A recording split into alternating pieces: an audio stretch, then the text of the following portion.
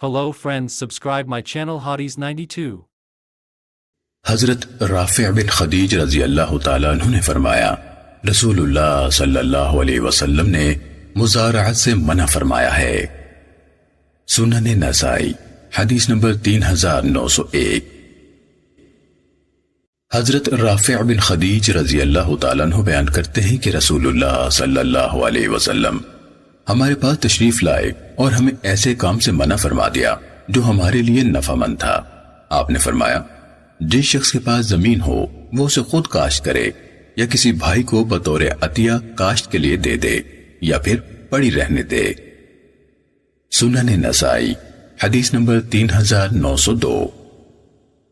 حضرت رافع بن خدیج رضی اللہ تعالیٰ عنہ سے مروی ہے کہ رسول اللہ صلی اللہ علیہ وسلم ہمارے پاس تشریف لائے اور ہمیں ایسے کام سے منع فرمایا جو ہمارے لیے مفید تھا، لیکن رسول اللہ صلی اللہ علیہ وسلم کا فرمان ہی ہمارے لیے سب سے بڑھ کر بہتر ہے۔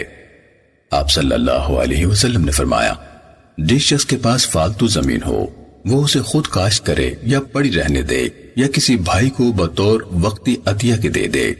یہ حدیث 3904 دلالت کرتی ہے کہ طاؤس نے یہ حدیث حضرت رافع سے نہیں سنی۔ سنن نسائی حدیث نمبر 3903۔ حضرت عمر بن دینار بیان کرتے ہیں کہ حضرت طاؤس اپنی زمین سونے چاندی یعنی رقم کے عوض ٹھیکے پر دینا پسند کرتے تھے، لیکن تہائی یا چوتھائی پیداوار کے عوض بٹائی پر دینا جائز سمجھتے تھے۔ حضرت مجاہد نے ان سے کہا حضرت رافع بن خدیج رضی اللہ تعالیٰ عنہ کے بیٹے کے ہاں جائیے اور ان سے ان کی حدیث سنیے۔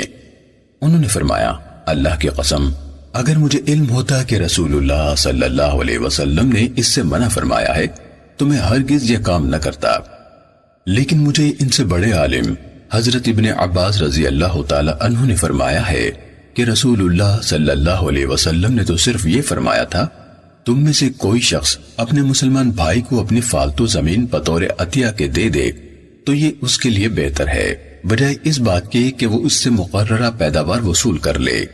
اس حدیث میں عطا پر اختلاف کیا گیا ہے، یعنی عطا کے شاگردوں نے اس پر اختلاف کیا ہے، اور وہ اس طرح کہ عبد الملک بن میسرہ نے جب بیان کیا تو کہا ان عطا ان رافع، اس کا ذکر ہم سابقہ حدیث میں کر آئے ہیں، اور عبد الملک بن ابی سلیمان نے جب بیان کیا تو کہا ان عطا ان جابر۔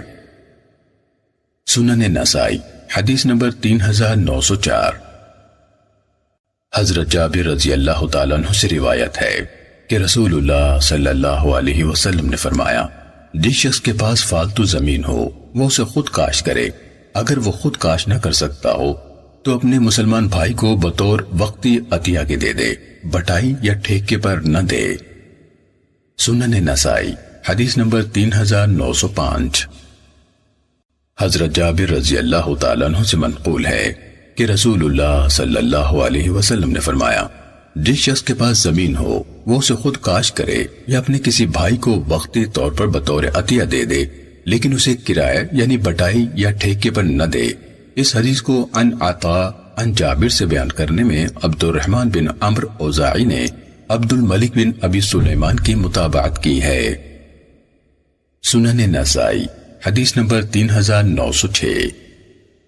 حضرت جابر رضی اللہ تعالیٰ عنہ بیان کرتے ہیں کہ کچھ لوگوں کے پاس فالتو زمینیں تھیں، وہ انہیں نصف یا تہائی یا چوتھائی پیداوار کے عوض بٹائی پر دیتے تھے۔ رسول اللہ صلی اللہ علیہ وسلم نے فرمایا جس شخص کے پاس فالتو زمین ہو وہ اسے خود کاشت کرے یا کسی اسلامی بھائی کو بلا معاوضہ کاشت کے لیے دے دے یا پھر سنبھالے رکھے۔ مطر بن تہمان نے اس یعنی اوزاعی کی موافقت کی ہے۔ مطر نے بھی اپنی روایت میں ان عطا ان جابر کہا ہے نہ کہ ان ابن عباس۔ سنن نسائی حدیث نمبر 3907۔ حضرت جابر بن عبداللہ رضی اللہ تعالیٰ عنہ سے مروی ہے کہ رسول اللہ صلی اللہ علیہ وسلم نے ہمیں خطبہ ارشاد فرمایا اور کہا جس شخص کے پاس فالتو زمین ہو وہ اسے خود کاشت کرے یا کسی کو بلا معاوضہ کاشت کے لیے دے دے، اسے کرائے پر نہ دے۔ سنن نسائی حدیث نمبر 3908۔ حضرت جابر رضی اللہ تعالیٰ عنہ سے مرفوعاً روایت ہے کہ رسول اللہ صلی اللہ علیہ وسلم نے زمین کو کرائے پر دینے سے منع فرمایا ہے۔ زمین کرائے یا ٹھیکے پر دینے کی ممانعت کے مسئلے میں عبد الملک بن عبد العزیز بن جریج نے مطر بن تہمان کی موافقت کی ہے۔ واللہ اعلم۔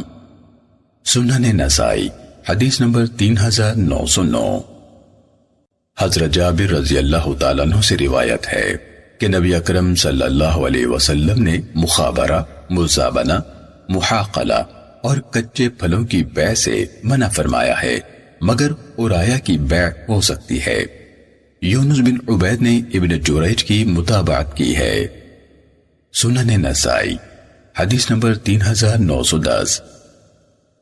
حضرت جابر رضی اللہ تعالیٰ عنہ سے روایت ہے کہ نبی اکرم صلی اللہ علیہ وسلم نے محاقلہ، مزابنہ، مخابرہ اور مجہول استثناء کرنے سے منع فرمایا ہے۔ ہاں، استثناء معلوم ہو تو کیا جا سکتا ہے۔ حمام بن یحییٰ کی روایت گویا دلیل کی طرح ہے، اس پر کہ عطا نے حضرت جابر رضی اللہ تعالیٰ عنہ کی نبی صلی اللہ علیہ وسلم سے بیان کردہ یہ حدیث نہیں سنی۔ جس کی زمین ہو اسے چاہیے کہ وہ خود اسے کاشت کرے۔ سنن نسائی حدیث نمبر 3911۔ حضرت جابر بیان کرتے ہیں کہ رسول اللہ صلی اللہ علیہ وسلم نے فرمایا، جس شخص کے پاس فالتو زمین ہو وہ اسے خود کاشت کرے یا اپنے کسی بھائی کو بلا معاوضہ کاشت کے لیے دے دے، لیکن اسے کرائے پر نہ دے۔ محاقلہ سے ممانعت کی حدیث یزید بن نعیم نے حضرت جابر بن عبداللہ رضی اللہ تعالیٰ عنہ سے روایت کی ہے۔ سنن نسائی حدیث نمبر 3912۔ حضرت جابر بن عبداللہ رضی اللہ تعالیٰ عنہ سے منقول ہے کہ نبی اکرم صلی اللہ علیہ وسلم نے حقل سے منع فرمایا ہے، اور اس سے مراد مزابنہ ہے۔ ہشام بن ابی عبداللہ نے معاویہ بن سلام کی مخالفت کی ہے۔ سنن نسائی حدیث نمبر 3913۔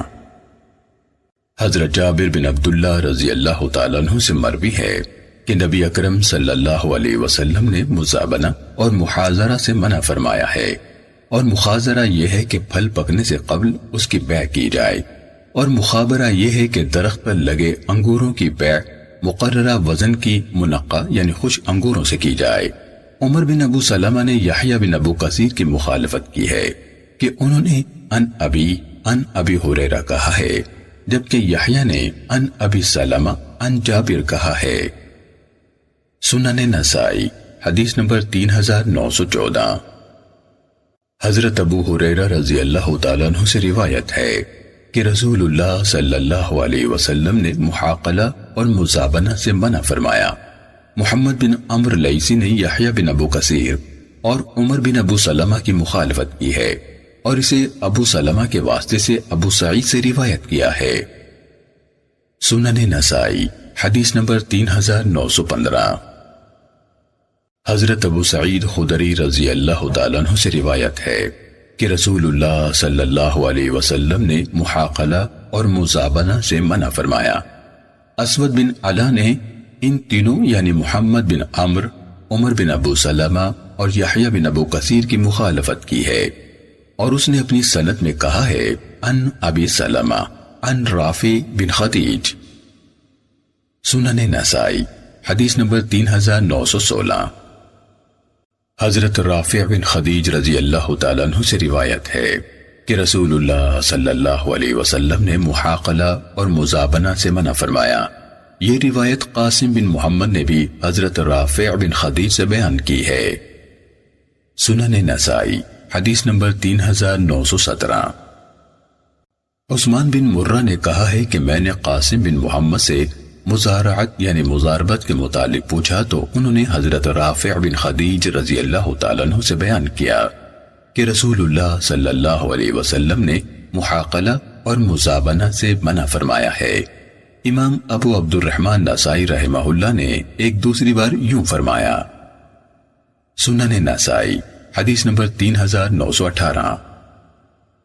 حضرت عثمان بن مرہ نے کہا کہ میں نے حضرت قاسم سے زمین کرائے پر دینے کے بارے میں پوچھا تو انہوں نے فرمایا حضرت رافع بن خدیج رضی اللہ تعالیٰ عنہ سے روایت ہے کہ رسول اللہ صلی اللہ علیہ وسلم نے زمین کو کرائے یعنی بٹائی یا ٹھیکے پر دینے سے منع فرمایا ہے، اس حدیث میں سعید بن مسیب پر اختلاف کیا گیا ہے۔ سنن نسائی حدیث نمبر 3919۔ حضرت ابو جعفر عمیر بن یزید خاتمی سے روایت ہے کہ میرے چچا نے مجھے اور اپنے غلام کو حضرت سعید بن مسیب رحمہ اللہ کے پاس بٹائی کے بارے میں پوچھنے کے لیے بھیجا، تو وہ فرمانے لگے کہ حضرت ابن عمر رضی اللہ تعالیٰ عنہ اس میں کوئی حرج نہیں سمجھتے تھے، حتیٰ کہ ان کے پاس حضرت رافع بن خدیج رضی اللہ تعالیٰ عنہ کی حدیث پہنچی تو وہ ان سے جا کر ملے۔ حضرت رافع بن خدیج رضی اللہ تعالیٰ عنہ نے فرمایا، نبی اکرم صلی اللہ علیہ وسلم بنو حارثہ کے ہاں تشریف لائے تو آپ نے ایک کھیت دیکھا۔ آپ نے فرمایا، زہیر کی کھیتی کس قدر اچھی ہے۔ لوگوں نے کہا، یہ کھیتی زہیر کی نہیں۔ آپ نے فرمایا، کیا یہ زہیر کی زمین نہیں؟ لوگوں نے کہا، ضرور، یہ زمین اسی کی ہے، مگر اس نے آگے کرائے پر دے رکھی ہے۔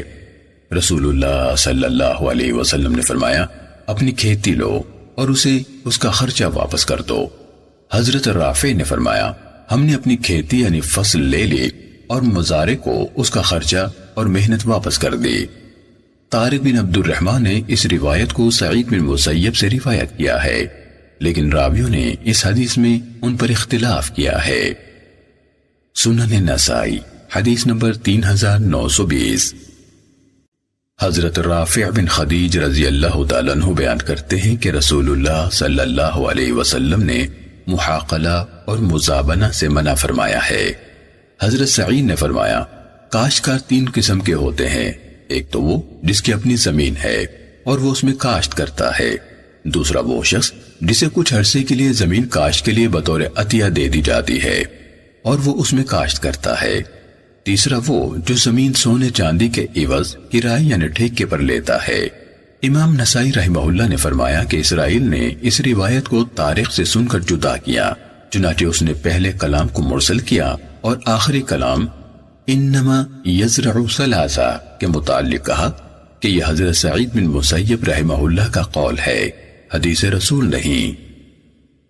سنن نسائی حدیث نمبر 3921۔ حضرت سعید بن مسیب بیان کرتے ہیں کہ رسول اللہ صلی اللہ علیہ وسلم نے محاقلہ سے منع فرمایا ہے۔ سعید نے کہا اور آگے یعنی سعید نے اسی مذکورہ روایت کی طرح ذکر کیا، یعنی انما یزرع ثلاثا۔ سفیان ثوری نے بھی طارق سے یہ حدیث روایت کی ہے، جس طرح کہ اسرائیل نے طارق سے روایت کی ہے۔ سنن نسائی حدیث نمبر 3922۔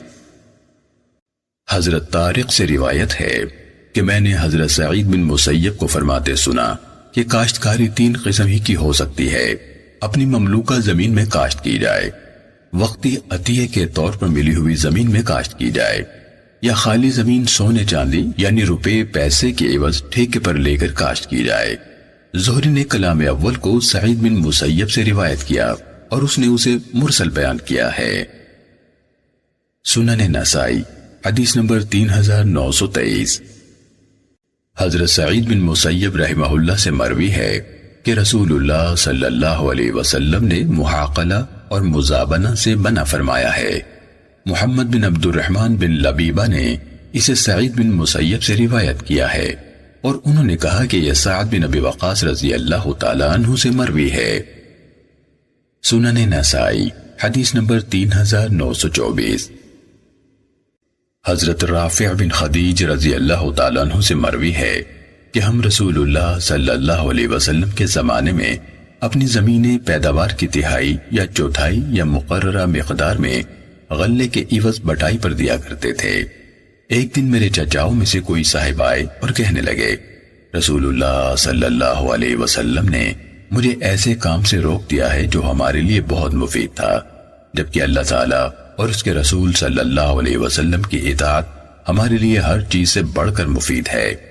آپ نے ہمیں زمینیں پیداوار کے تہائی یا چوتھائی حصے یا معین غلے کے عوض بٹائی پر دینے سے منع فرما دیا ہے، اور آپ نے زمین کے مالک کو حکم دیا ہے کہ وہ خود کاشت کرے یا کسی مسلمان بھائی کو بلا معاوضہ کاشت کے لیے دے دے۔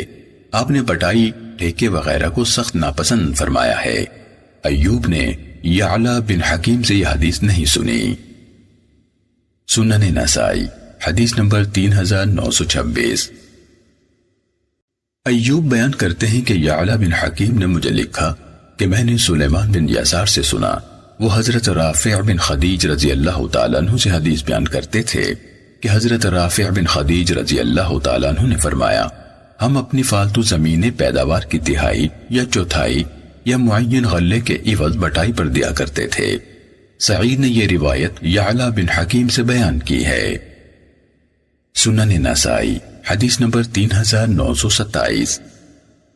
حضرت رافع بن خدیج رضی اللہ تعالیٰ عنہ سے مروی ہے کہ ہم رسول اللہ صلی اللہ علیہ وسلم کے زمانے میں زمین بٹائی پر دیا کرتے تھے۔ پھر میرے ایک چچا آئے اور کہنے لگے، مجھے رسول اللہ صلی اللہ علیہ وسلم نے اس کام سے روک دیا ہے جو ہمارے لیے مفید تھا، لیکن اللہ اور اس کے رسول کی اطاعت ہمارے لیے ہر چیز سے بڑھ کر مفید ہے۔ ہم نے پوچھا وہ کون سا کام ہے؟ انہوں نے کہا رسول اللہ صلی اللہ علیہ وسلم نے فرمایا ہے، جس شخص کے پاس زمین ہو وہ اسے خود کاشت کرے یا اپنے کسی بھائی کو بطور تحفہ کاشت کے لیے دے دے اور اسے پیداوار کی تہائی یا چوتھائی یا معین غلے کے عوض کرائے پر نہ دے۔ اس حدیث کو حنظلہ بن قیس نے حضرت رافع رضی اللہ تعالیٰ عنہ سے روایت کیا ہے اور حنظلہ سے ربیعہ نے روایت کیا ہے، تو ربیعہ پر اس حدیث کی روایت میں اس کے شاگردوں کی طرف سے اختلاف کیا گیا ہے۔ سنن نسائی حدیث نمبر 3928۔ حضرت رافع بن خدیج رضی اللہ تعالیٰ عنہ سے روایت ہے، کہتے ہیں کہ مجھے میرے چچا نے بیان فرمایا کہ ہم رسول اللہ صلی اللہ علیہ وسلم کے دور میں نالوں کے قریب اگنے والی کھیتی یا متعین غلہ جسے زمین والا خود متصنع کرتا تھا کہ عوض زمین کرائے پر دیتے تھے۔ پھر رسول اللہ صلی اللہ علیہ وسلم نے ہمیں اس کام سے منع فرما دیا۔ راوی کہتا ہے، میں نے حضرت رافع سے پوچھا، دینار اور درہم یعنی روپے پیسے کے عوض ٹھیکے پر زمین دینا کیسا ہے؟ تو حضرت رافع نے فرمایا، سونے چاندی یعنی روپے پیسے کے عوض ٹھیکے پر دینے میں کوئی حرج نہیں۔ امام اوزاعی رحمہ اللہ نے اس یعنی لیث کی مخالفت کی ہے۔ سنن نسائی حدیث نمبر 3929۔ حضرت حنظلہ بن قیس انصاری سے روایت ہے کہ میں نے حضرت رافع بن خدیج رضی اللہ تعالیٰ عنہ سے سونے چاندی یعنی روپے پیسے کے عوض زمین کرائے پر دینے سے متعلق پوچھا تو انہوں نے فرمایا، اس میں کوئی حرج نہیں۔ اصل بات یہ تھی کہ رسول اللہ صلی اللہ علیہ وسلم کے دور میں لوگ اپنی زمینیں نالوں کے ساتھ ساتھ اور نالوں یعنی موگوں کے سامنے اگنے والی فصل کے عوض بٹائی پر دیتے تھے۔ کبھی اس حصے کی فصل محفوظ رہتی اور دوسرے حصے کی ضائع ہو جاتی، کبھی دوسرے حصے کی فصل محفوظ رہتی اور اس حصے کی فصل ضائع ہو جاتی۔ اس وقت زمین کے کرائے کی یہ شکل ہی رائج تھی، اس لیے آپ نے اس سے منع فرما دیا۔ لیکن کوئی اور معلوم اور معین چیز رقم مقرر کر لی جائے جن کا کوئی ضامن بھی ہو تو کوئی حرج نہیں۔ مالک بن انس نے اس یعنی اوزاعی کی سند میں موافقت کی ہے اور اس یعنی اوزاعی کے الفاظ میں اس کی مخالفت کی ہے۔ سنن نسائی حدیث نمبر 3930۔ حضرت حنظلہ بن قیس سے روایت ہے، فرماتے ہیں کہ میں نے حضرت رافع بن خدیج رضی اللہ تعالیٰ عنہ سے زمین کرائے پر دینے کے بارے میں پوچھا۔ انہوں نے فرمایا، رسول اللہ صلی اللہ علیہ وسلم نے زمین کرائے یعنی بٹائی پر دینے سے منع فرمایا ہے۔ میں نے کہا، سونے چاندی یعنی دینار درہم یعنی روپے پیسے کے ساتھ بھی؟ انہوں نے کہا، نہیں، آپ نے تو صرف زمین کی پیداوار کے عوض دینے سے منع فرمایا تھا، سونے چاندی کے عوض تو کوئی حرج نہیں۔ سفیان ثوری رحمہ اللہ نے بھی یہ روایت ربیعہ سے بیان کی ہے، لیکن انہوں نے اسے مرفوع بیان نہیں کیا، لیکن اس کا کوئی نقصان نہیں ہے کیونکہ اکثر لوگوں نے اسے مرفوع بیان کیا ہے۔ سنن نسائی حدیث نمبر 3931۔ حضرت حنظلہ بن قیس سے مروی ہے، کہتے ہیں کہ میں نے حضرت رافع بن خدیج رضی اللہ تعالیٰ عنہ سے خالی زمین سونے چاندی کے عوض ٹھیکے پر دینے کے بارے میں پوچھا تو انہوں نے کہا، جائز ہے، اس میں کوئی حرج نہیں۔ منع تو تب ہے جب زمین کی پیداوار کے حصے کے عوض دی جائے۔ یحییٰ بن سعید نے بھی یہ روایت حنظلہ بن قیس سے بیان کی ہے اور انہوں نے اسے مرفوع بیان کیا ہے، جس طرح کہ امام مالک بن انس رحمہ اللہ نے ربیعہ سے مرفوع بیان کیا ہے۔ سنن نسائی حدیث نمبر 3932۔ حضرت رافع بن خدیج رضی اللہ تعالیٰ عنہ بیان کرتے ہیں کہ ہمیں رسول اللہ صلی اللہ علیہ وسلم نے اپنی زمینیں بٹائی پر دینے سے منع فرمایا۔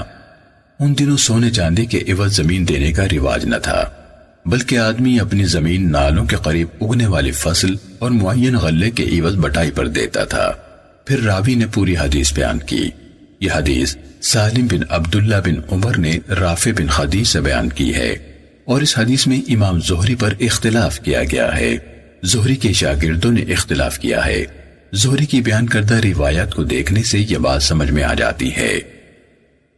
سنن نسائی حدیث نمبر 3933۔ حضرت سالم بن عبداللہ نے بھی یہ حدیث اسی طرح بیان فرمائی ہے۔ عقیل بن خالد نے اس یعنی امام مالک کی متابعت کی ہے۔ سنن نسائی حدیث نمبر 3934۔ حضرت سالم بن عبداللہ سے روایت ہے کہ حضرت عبداللہ بن عمر رضی اللہ تعالیٰ عنہ اپنی زمین بٹائی پر دیتے تھے، حتیٰ کہ انہیں معلوم ہوا کہ حضرت رافع بن خدیج رضی اللہ تعالیٰ عنہ بٹائی سے روکتے ہیں۔ حضرت عبداللہ بن عمر ان سے ملے اور کہا، اے ابن خدیج، زمین کی بٹائی سے متعلق آپ رسول اللہ صلی اللہ علیہ وسلم سے کیا بیان کرتے ہیں؟ تو حضرت رافع نے کہا، میں نے اپنے 2 چچاؤں سے سنا ہے، اور وہ دونوں بدری صحابی تھے۔ وہ اپنے گھر والوں کو بتا رہے تھے کہ رسول اللہ صلی اللہ علیہ وسلم نے زمین کرائے پر دینے سے منع کیا ہے، جبکہ میں جانتا تھا کہ رسول اللہ صلی اللہ علیہ وسلم کے دور میں زمینیں بٹائی پر دی جاتی تھیں اور آپ منع نہیں فرماتے تھے۔ پھر حضرت عبداللہ بن عمر رضی اللہ تعالیٰ عنہ کو خدشہ محسوس ہوا کہ ایسا نہ ہو کہ رسول اللہ صلی اللہ علیہ وسلم نے اس بارے میں کوئی حکم جاری فرمایا ہو مگر مجھے پتہ نہ چلا ہو، اس لیے انہوں نے زمین بٹائی پر دینی چھوڑ دی۔ شعیب بن ابو حمزہ نے اس روایت کو مرسل بیان کیا ہے۔ سنن نسائی حدیث نمبر 3935۔ حضرت رافع بن خدیج رضی اللہ تعالیٰ عنہ بیان فرماتے ہیں کہ میرے 2 چچا جو بدری صحابی تھے بیان فرماتے تھے کہ رسول اللہ صلی اللہ علیہ وسلم نے زمین کرائے پر دینے سے منع فرمایا ہے۔ جس طرح بشر بن شعیب نے یہ روایت اپنے باپ شعیب سے بیان کی ہے، اسی طرح عثمان بن سعید نے بھی یہ روایت شعیب سے بیان کی ہے، لیکن بشر کے برعکس اس شعیب نے رافع بن خدیج کے 2 چچاؤں کا ذکر نہیں کیا۔ سنن نسائی حدیث نمبر 3936۔ حضرت زہری سے روایت ہے کہ حضرت ابن مسیب فرماتے تھے کہ سونے چاندی کے بدلے میں زمین کرائے پر دینا منع نہیں، لیکن حضرت رافع بن خدیج رضی اللہ تعالیٰ عنہ بیان فرماتے تھے کہ رسول اللہ صلی اللہ علیہ وسلم نے اس سے منع فرمایا ہے۔ امام زہری کے شاگردوں میں سے عبد الکریم بن حارث نے شعیب بن ابو حمزہ کی موافقت میں اس حدیث کو مرسل بیان کیا ہے، اور شعیب کی طرح عبد الکریم نے بھی امام زہری اور حضرت رافع بن خدیج رضی اللہ تعالیٰ عنہ کے درمیان حضرت سالم کا واسطہ ذکر نہیں کیا۔ سنن نسائی حدیث نمبر 3937۔ حضرت ابن شہاب زہری سے روایت ہے کہ حضرت رافع بن خدیج رضی اللہ تعالیٰ عنہ بیان کرتے ہیں کہ رسول اللہ صلی اللہ علیہ وسلم نے زمین کرائے پر دینے سے منع فرمایا ہے۔ ابن شہاب امام زہری نے کہا کہ اس کے بعد حضرت رافع سے پوچھا گیا کہ اس دور میں لوگ زمین کرائے پر کیسے دیتے تھے؟ انہوں نے فرمایا، یا تو معین غلے کے عوض یا یہ شرط لگاتے تھے کہ فصل پانی کے نالوں کے ساتھ ساتھ یا پانی کے موگے کے سامنے سامنے اگے گی، وہ ہماری ہوگی۔ یہ روایت نافع نے حضرت رافع بن خدیج رضی اللہ تعالیٰ عنہ سے بیان کی ہے، اور اس حدیث میں نافع پر اختلاف کیا گیا ہے۔ سنن نسائی حدیث نمبر 3938۔ حضرت رافع بن خدیج رضی اللہ تعالیٰ عنہ نے حضرت عبداللہ بن عمر رضی اللہ تعالیٰ عنہ کو بتایا کہ میرے چچا رسول اللہ صلی اللہ علیہ وسلم کے پاس گئے، پھر واپس آئے تو انہوں نے بتایا کہ رسول اللہ صلی اللہ علیہ وسلم نے زمین کرائے پر دینے سے منع فرما دیا ہے۔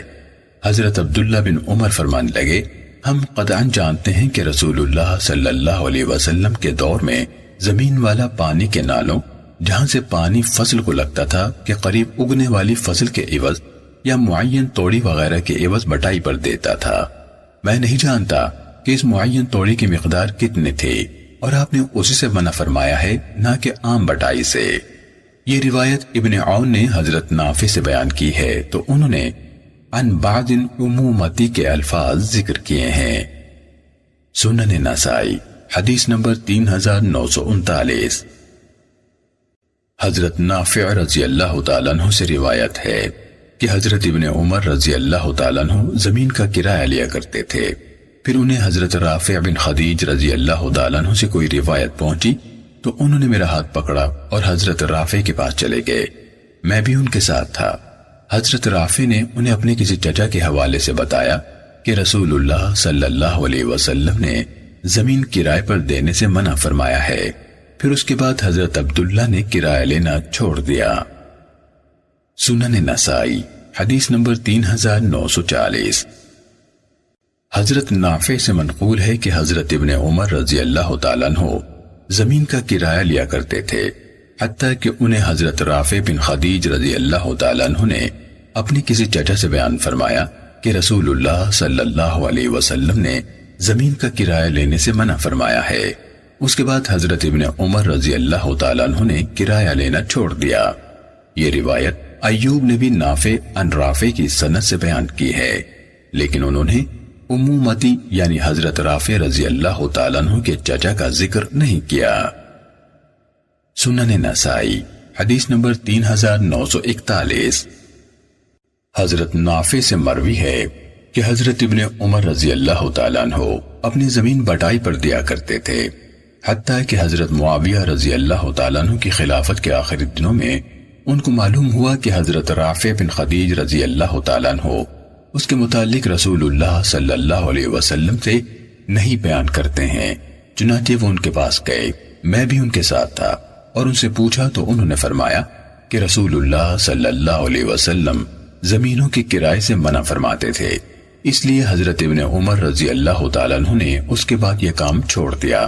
پھر جب ان سے اس کے متعلق پوچھا جاتا تھا تو وہ فرماتے تھے کہ رافع بن خدیج کہتے ہیں کہ نبی اکرم صلی اللہ علیہ وسلم نے اس سے منع فرمایا تھا۔ عبید اللہ بن عمر، کثیر بن فرقت اور جویریہ بن اسما نے ایوب کی موافقت کی ہے۔ سنن نسائی حدیث نمبر 3942۔ حضرت نافع سے روایت ہے کہ حضرت عبداللہ بن عمر رضی اللہ تعالیٰ عنہ زمینیں کرائے پر دیا کرتے تھے۔ انہیں بتایا گیا کہ حضرت رافع بن خدیج رضی اللہ تعالیٰ عنہ رسول اللہ صلی اللہ علیہ وسلم سے بیان کرتے ہیں کہ آپ نے اس سے منع فرمایا ہے۔ حضرت نافع نے کہا کہ حضرت ابن عمر بلات میں ان کے پاس گئے، میں بھی ان کے ساتھ تھا۔ آپ نے ان سے اس کے متعلق پوچھا تو انہوں نے کہا ہاں، واقعتاً رسول اللہ صلی اللہ علیہ وسلم نے زمینوں کا کرایہ لینے سے منع فرمایا ہے، اس لیے حضرت عبداللہ نے زمینوں کا کرایہ لینا چھوڑ دیا۔ سنن نسائی حدیث نمبر 3943۔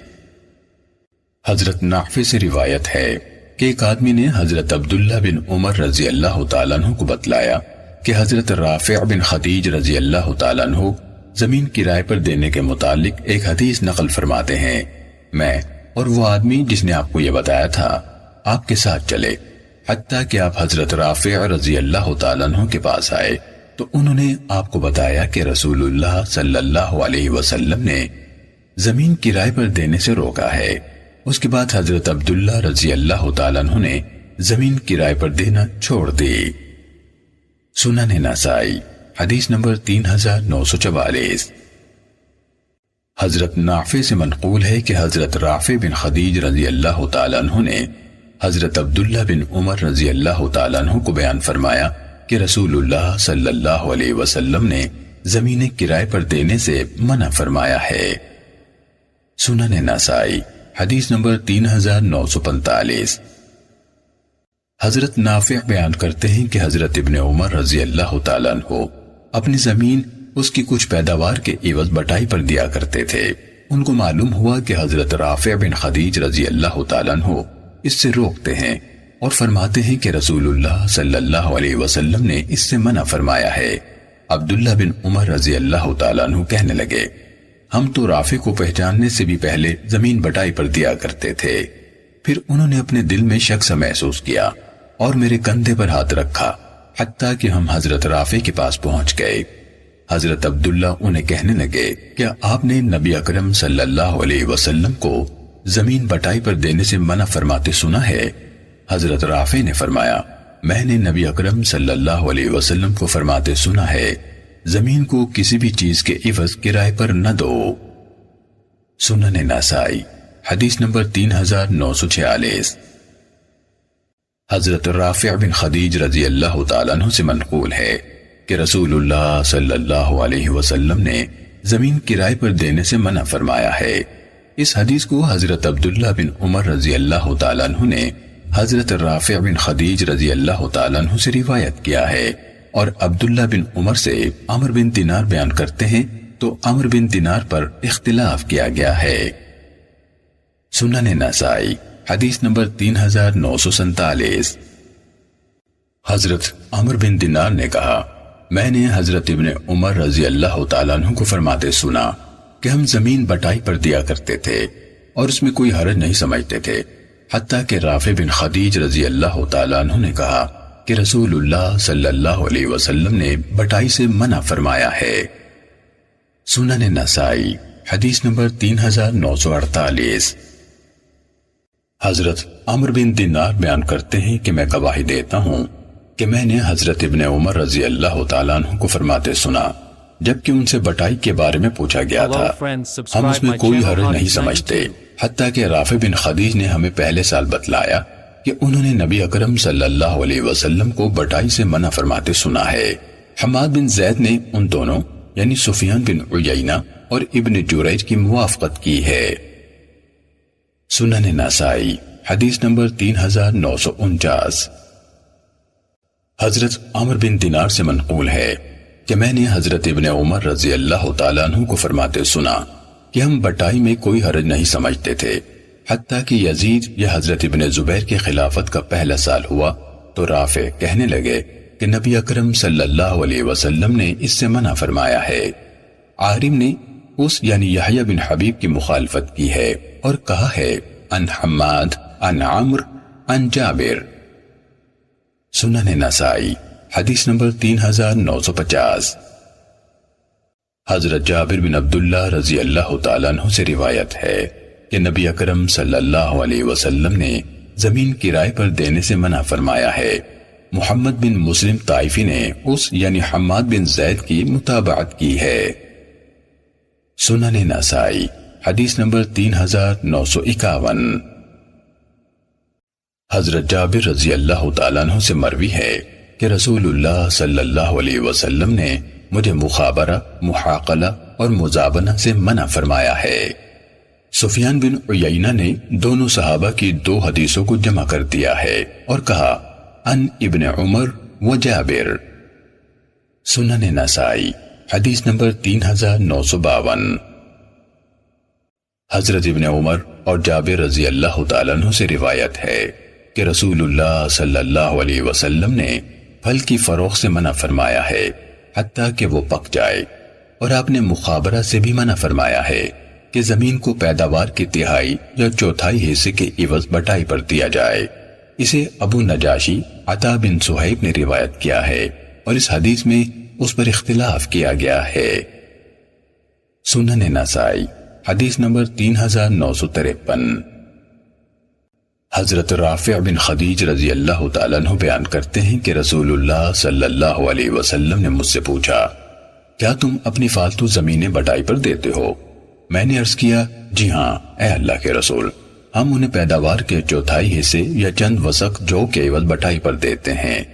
رسول اللہ صلی اللہ علیہ وسلم نے فرمایا، ایسے نہ کرو، خود کاشت کرو یا کسی کو 1-2 سال کے لیے عاریتاً بلا معاوضہ کاشت کے لیے دے دو، ورنہ رکھے رکھو۔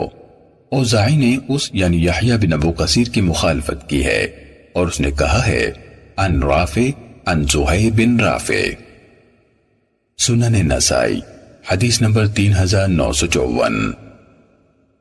حضرت رافع سے روایت ہے کہ ہمارے پاس حضرت زہیر بن رافع آئے اور فرمایا، مجھے رسول اللہ صلی اللہ علیہ وسلم نے ایک ایسے کام سے روک دیا ہے جو ہمارے لیے مفید تھا۔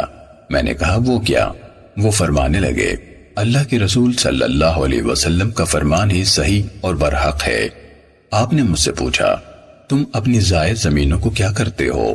میں نے کہا، ہم انہیں پیداوار کے تہائی یا چوتھائی حصے اور چند وسق کھجوروں یا جو کے عوض بٹائی پر دیتے ہیں۔ آپ صلی اللہ علیہ وسلم نے فرمایا، تو ایسے نہ کرو، انہیں خود کاشت کرو، یا کسی کو بلا معاوضہ کاشت کے لیے دے دو یا اسی طرح رہنے دو۔ یہ روایت بکیر بن عبداللہ بن اشج نے اسید بن رافع سے بیان کی ہے، تو اسے یعنی حضرت رافع بن خدیج کے بجائے حضرت رافع رضی اللہ تعالیٰ عنہ کے بھائی کی روایت بنایا ہے۔ سنن نسائی حدیث نمبر 3955۔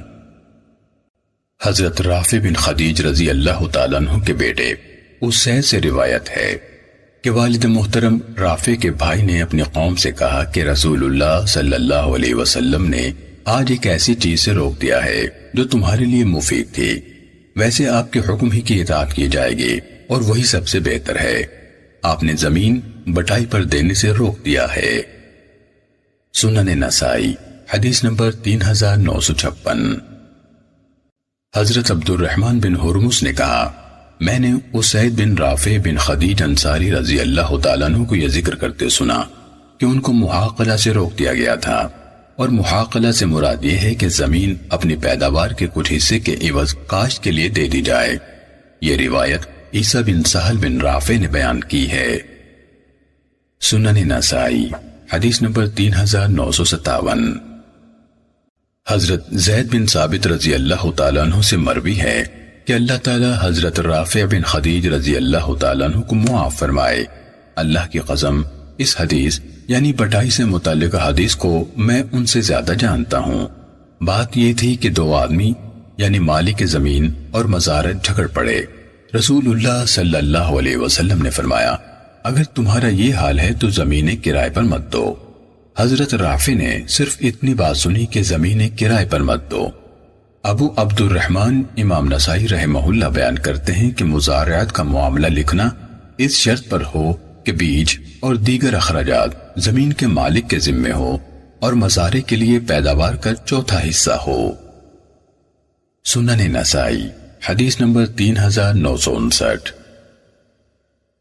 حضرت محمد بن سیرین فرماتے تھے کہ میرے نزدیک زمین مزاربت کے مال کی طرح ہے، جو کچھ مال مزاربت میں درست ہے وہ زمین میں بھی درست ہے، اور جو مال مزاربت میں درست نہیں وہ زمین میں بھی درست نہیں، اور وہ اس بات میں کوئی حرج نہیں سمجھتے تھے کہ زمین مزارع کے سپرد کر دے اور وہ مزارع اس میں خود یا اپنی اولاد اور اپنے ساتھیوں اور اپنے بیلوں وغیرہ کے ساتھ کام کرے اور خرچ کچھ نہ کرے، بلکہ اخراجات سب کے سب مالک زمین کی طرف سے ہوں۔ سنن نسائی حدیث نمبر 3960۔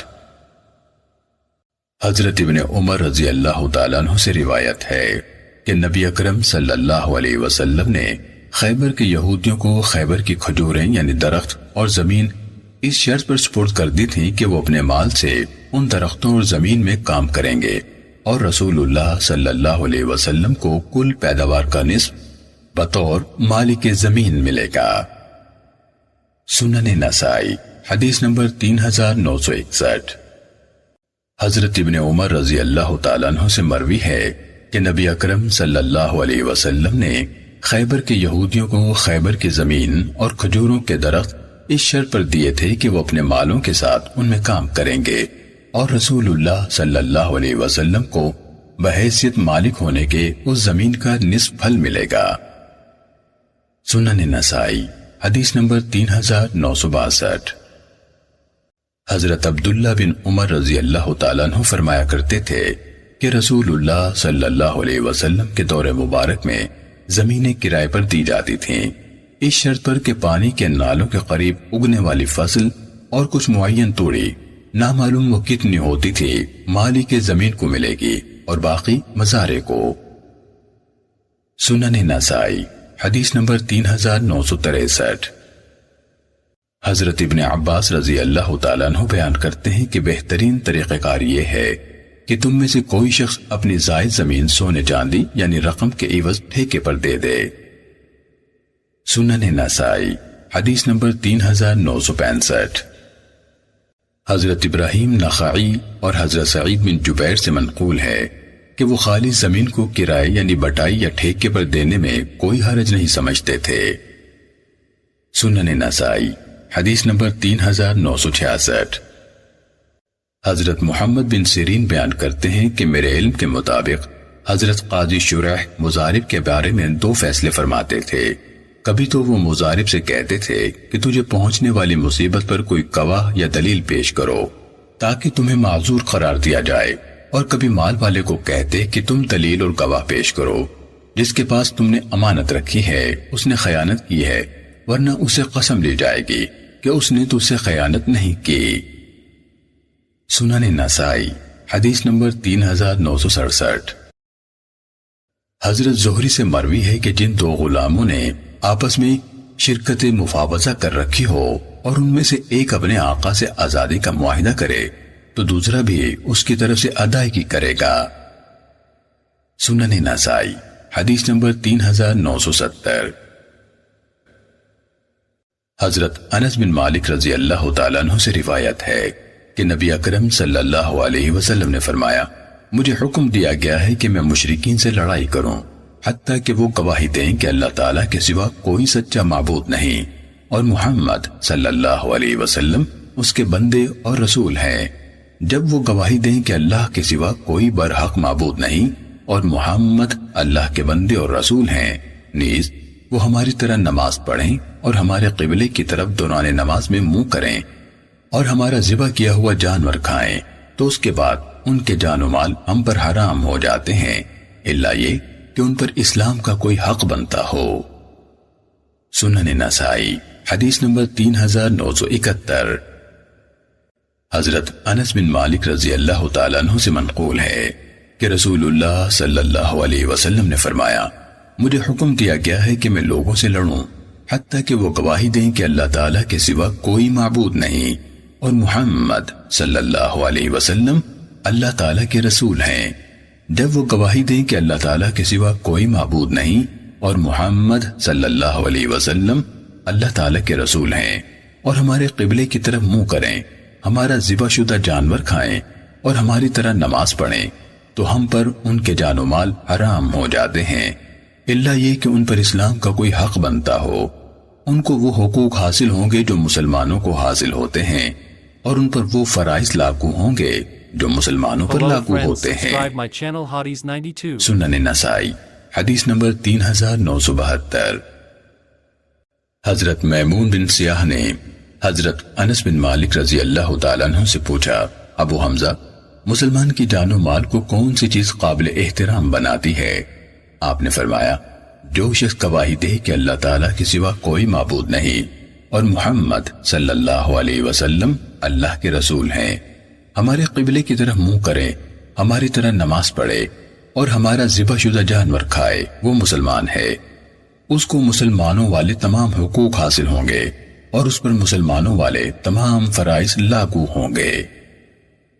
سنن نسائی حدیث نمبر 3973۔ حضرت انس بن مالک رضی اللہ تعالیٰ عنہ بیان کرتے ہیں کہ جب رسول اللہ صلی اللہ علیہ وسلم اللہ تعالیٰ کو پیارے ہو گئے تو بہت سے عرب مرتد ہو گئے۔ حضرت ابو بکر رضی اللہ تعالیٰ عنہ نے ان سے لڑنے کا عزم فرمایا تو حضرت عمر رضی اللہ تعالیٰ عنہ کہنے لگے، اے ابو بکر، آپ ان عربوں سے کیسے لڑیں گے؟ حضرت ابو بکر رضی اللہ تعالیٰ عنہ نے کہا، رسول اللہ صلی اللہ علیہ وسلم نے فرمایا تھا، مجھے حکم دیا گیا ہے کہ لوگوں سے لڑوں حتیٰ کہ وہ گواہی دیں کہ اللہ تعالیٰ کے سوا کوئی معبود نہیں اور میں اللہ تعالیٰ کا رسول ہوں، نماز قائم کریں اور زکوٰۃ ادا کریں۔ اللہ کی قسم، اگر وہ مجھے بکری کا ایک بچہ نہ دیں جو وہ رسول اللہ صلی اللہ علیہ وسلم کو دیا کرتے تھے تو میں اس بنا پر ان سے ضرور لڑوں گا۔ حضرت عمر رضی اللہ تعالیٰ عنہ نے فرمایا، جب میں نے اچھی طرح غور کیا تو مجھے یقین ہو گیا کہ ابو بکر رضی اللہ تعالیٰ عنہ کی رائے ہی واضح اور برحق ہے۔ سنن نسائی حدیث نمبر 3974۔ حضرت ابو ہریرہ رضی اللہ تعالیٰ عنہ سے منقول ہے کہ جب رسول اللہ صلی اللہ علیہ وسلم اللہ کو پیارے ہو گئے اور ابو بکر رضی اللہ تعالیٰ عنہ خلیفہ بنائے گئے اور بعض عرب دوبارہ کافر بن گئے اور ابو بکر رضی اللہ تعالیٰ عنہ نے ان سے لڑائی کرنے کا عزم فرمایا تو حضرت عمر رضی اللہ تعالیٰ عنہ نے حضرت ابو بکر رضی اللہ تعالیٰ عنہ سے کہا آپ ان لوگوں سے کیسے لڑ سکتے ہیں جبکہ رسول اللہ صلی اللہ علیہ وسلم نے فرمایا ہے مجھے لوگوں سے لڑنے کا حکم دیا گیا ہے حتیٰ کہ وہ لا الہ الا اللہ پڑھ لیں۔ جس شخص نے کلمہ لا الہ الا اللہ پڑھ لیا اس نے مجھ سے اپنا مال اور جان محفوظ کر لیا الا یہ کہ اس کے ذمے اسلام کا کوئی حق بنتا ہو اور اس کا حساب اللہ تعالیٰ کے ذمے ہے۔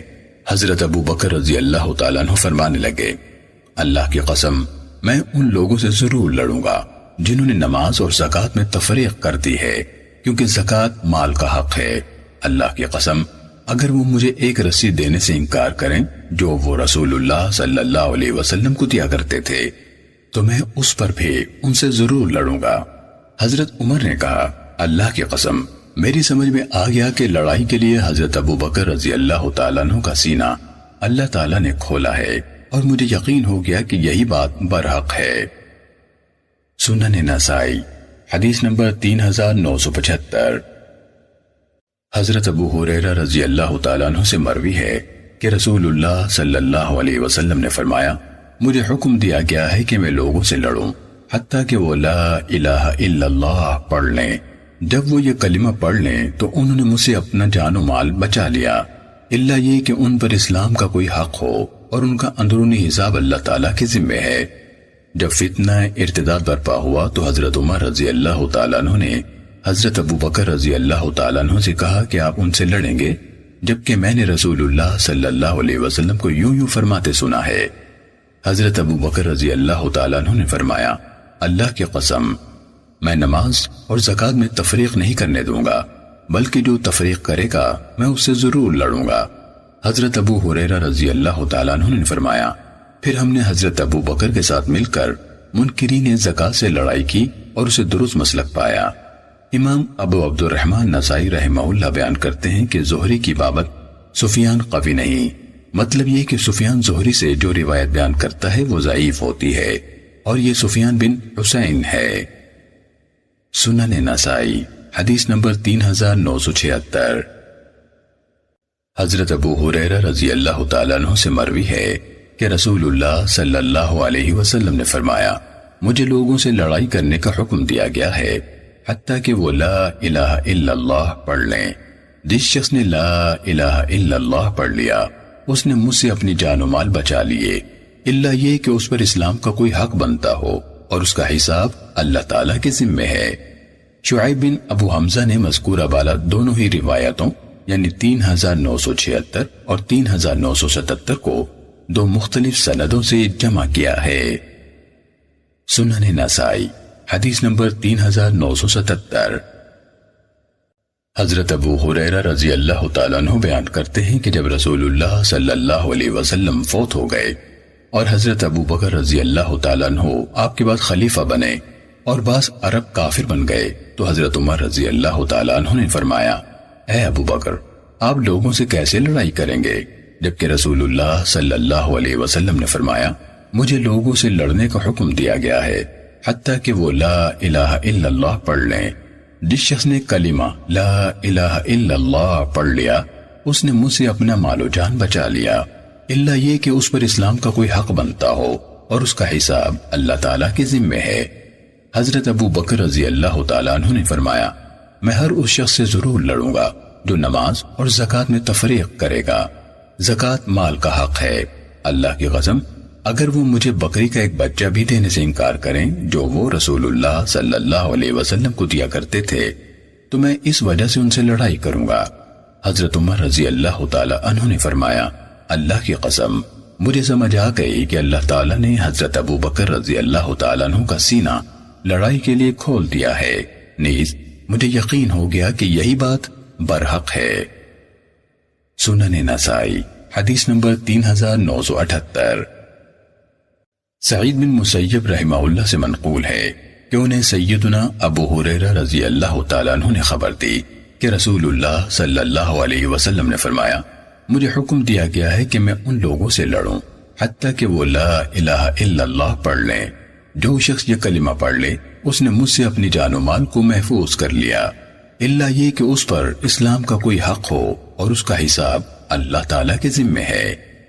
ولید بن مسلم نے اس یعنی عثمان کی مخالفت کی ہے۔ سنن نسائی حدیث نمبر 3979۔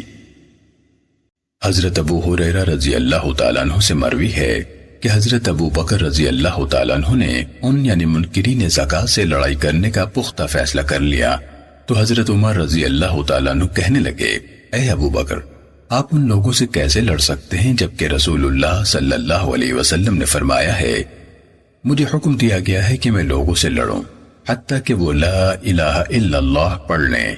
جب وہ یہ کلمہ پڑھ لیں گے تو مجھ سے اپنے خون و مال بچا لیں گے، الا یہ کہ ان پر اسلام کا کوئی حق بنتا ہو۔ حضرت ابو بکر رضی اللہ تعالیٰ عنہ نے فرمایا، اللہ کی قسم، میں اس شخص سے ضرور لڑوں گا جو نماز اور زکوٰۃ میں تفریق کرے گا۔ اللہ کی قسم، اگر وہ مجھے بکری کا ایک بچہ بھی نہیں دیں گے جو وہ رسول اللہ صلی اللہ علیہ وسلم کو دیا کرتے تھے تو میں اس پر ان سے لڑوں گا۔ حضرت عمر رضی اللہ تعالیٰ عنہ نے فرمایا، اللہ کی قسم، میری سمجھ میں آ گیا کہ اللہ تعالیٰ نے حضرت ابو بکر رضی اللہ تعالیٰ عنہ کا سینہ لڑائی کے لیے کھول دیا ہے اور میں نے جان لیا کہ یہی بات برحق ہے۔ سنن نسائی حدیث نمبر 3980۔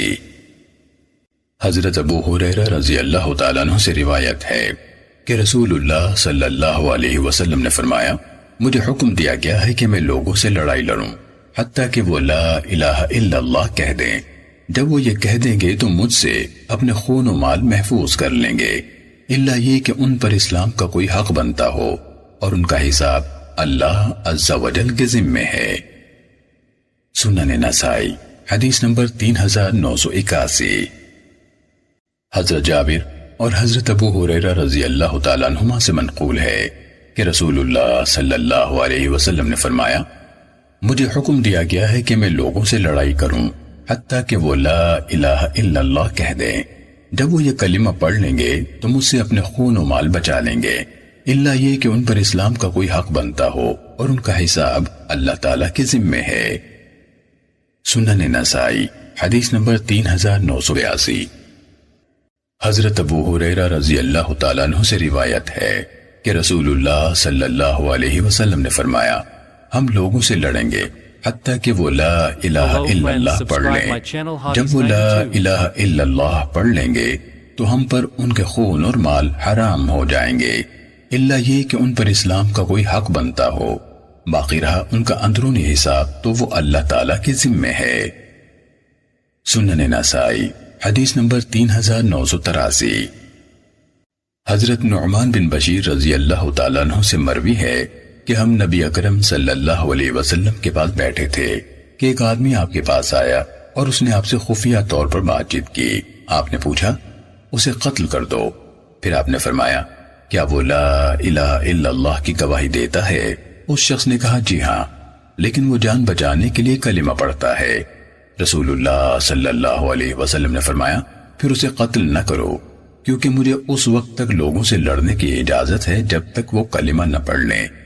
اگر وہ یہ کلمہ پڑھ لیں تو انہوں نے اپنے خون و مال مجھ سے محفوظ کر لیے، الا یہ کہ ان پر اسلام کا حق بنتا ہو، ان کا حساب اللہ تعالیٰ پر ہے۔ سنن نسائی حدیث نمبر 3984۔ حضرت نعمان بن سالم ایک صحابی سے بیان کرتے ہیں کہ انہوں نے فرمایا، رسول اللہ صلی اللہ علیہ وسلم ہمارے پاس تشریف لائے اور فرمانے لگے، جب ہم مدینہ منورہ کی مسجد کے قبے میں تھے، مجھے وحی کی گئی ہے کہ میں لوگوں سے لڑائی کروں حتیٰ کہ وہ لا الہ الا اللہ کہہ دیں۔ باقی روایت سابقہ روایت کی طرح ہے۔ سنن نسائی حدیث نمبر 3985۔ حضرت نعمان بن سالم سے روایت ہے کہ میں نے حضرت اوس رضی اللہ تعالیٰ عنہ کو فرماتے سنا کہ رسول اللہ صلی اللہ علیہ وسلم ہمارے پاس تشریف لائے جبکہ ہم اس وقت مسجد کے قبے میں تھے، پھر سابقہ حدیث پوری بیان کی۔ سنن نسائی حدیث نمبر 3986۔ حضرت نعمان بن سالم نے کہا، میں نے حضرت اوس رضی اللہ تعالیٰ عنہ کو فرماتے ہوئے سنا کہ میں رسول اللہ صلی اللہ علیہ وسلم کے پاس بنو ثقیف کے وفد میں حاضر ہوا۔ میں آپ کے ساتھ قبے میں تھا، میرے اور آپ کے علاوہ قبے میں موجود سب لوگ سو گئے، چنانچہ اتنے میں ایک آدمی آیا اور اس نے آپ سے کوئی خفیہ بات کی۔ آپ نے فرمایا جا اسے قتل کر دے۔ پھر آپ نے پوچھا کہیں وہ یہ گواہی تو نہیں دیتا کہ اللہ تعالیٰ کے سوا کوئی معبود نہیں اور میں اللہ کا رسول ہوں؟ اس نے کہا یہ گواہی تو وہ دیتا ہے۔ رسول اللہ صلی اللہ علیہ وسلم نے فرمایا پھر رہنے دے۔ پھر آپ نے فرمایا مجھے حکم دیا گیا ہے کہ میں لوگوں سے لڑوں حتیٰ کہ وہ لا الہ الا اللہ پڑھ لیں۔ جب وہ یہ پڑھ لیں تو ان کے جان و مال قابل احترام ہو جاتے ہیں، مگر یہ کہ ان پر اسلام کا کوئی حق بنتا ہو۔ محمد ابن اعین نے کہا میں نے شعبہ سے پوچھا کیا حدیث میں یہ الفاظ نہیں ہیں الیس یشہد ان لا الہ الا اللہ؟ انہوں نے فرمایا میرا خیال ہے کہ یہ الفاظ ہیں جبکہ میں نہیں جانتا۔ سنن نسائی حدیث number 3987۔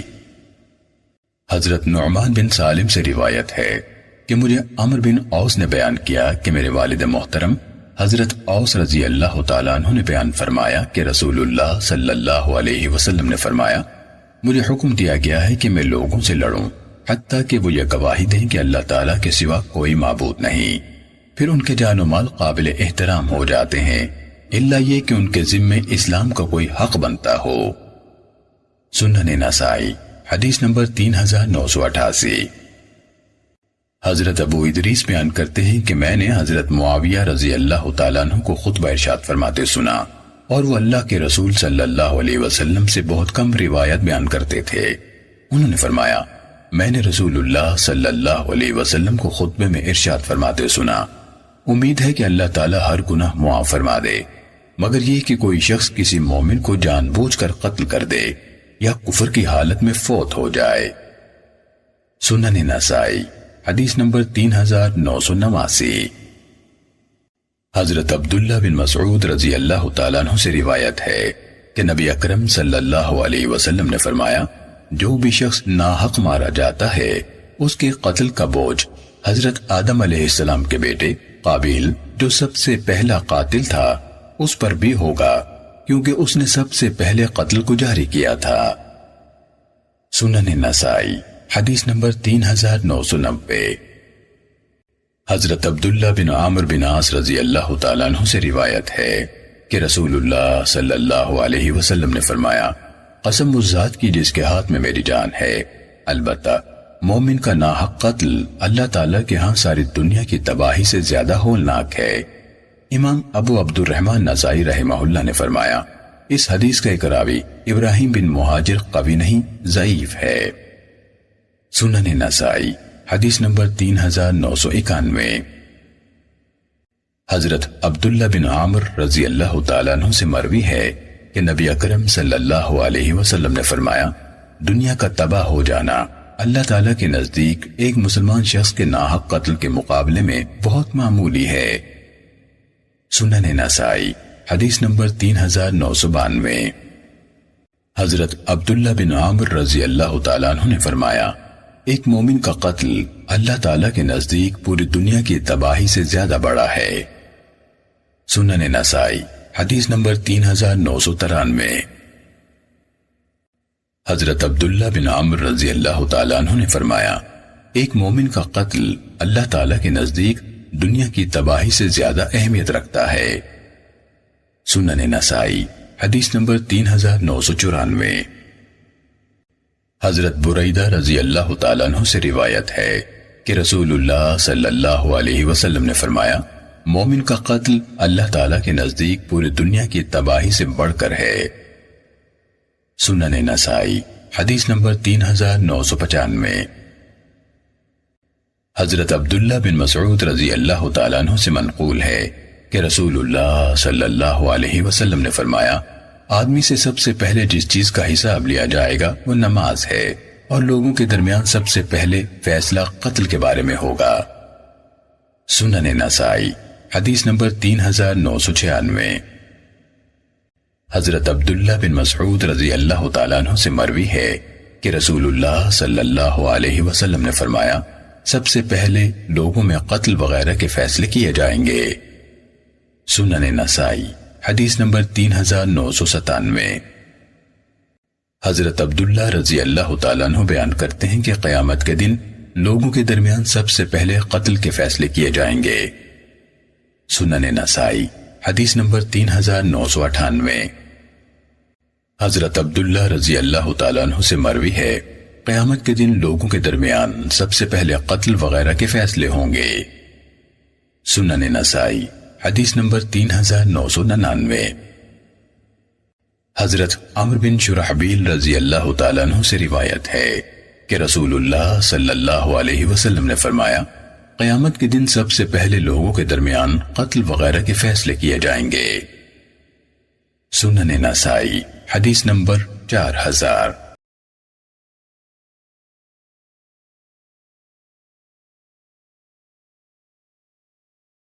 Hello friends, subscribe my channel.